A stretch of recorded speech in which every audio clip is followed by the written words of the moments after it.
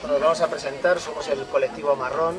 El Colectivo Marrón es un grupo bastante abierto, en principio somos artistas que trabajamos diferentes disciplinas y generalmente nos solemos juntar para realizar trabajos en equipo en la vía pública, trabajos de arte público con algunas connotaciones políticas. Cuando se nos invitó a Castellón estábamos trabajando en una serie, teníamos el proyecto, que es lo que nosotros llamamos como esculturas abandonadas. Queríamos abandonar esculturas en la vía pública. Alguien del grupo decidió, cuando vino la propuesta a Castellón, que esa escultura tuviera algunas otras connotaciones, que fuera algo más y, por qué no, un hábitat, un lugar donde vivir. Nos estaban llegando noticias de esas maravillosas soluciones que vienen de habitaciones o viviendas de 30 metros cuadrados, todo este rollo. Lo quisimos titular como La Plaza, en nombre de... Sí, la plaza de Miquel Burrell, un señor que conocimos, 74 años de edad, 30 años viviendo en la vía pública. Vive en la vía pública y hace poco lo desahuciaron. Y bueno, como fue reciente, también le queríamos dedicar a él este pequeño trabajo.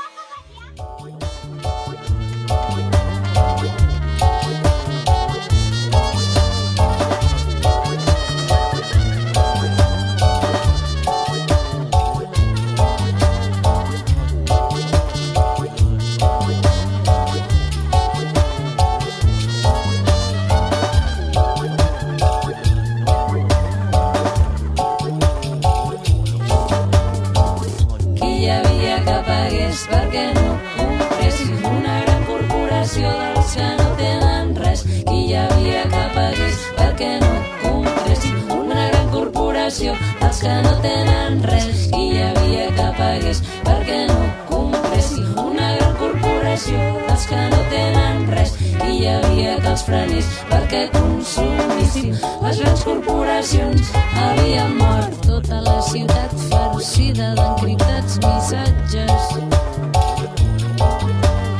Enormes fulles blanques, ni marques ni pamflets. Obres d'edificis soterrades pel buit llenç.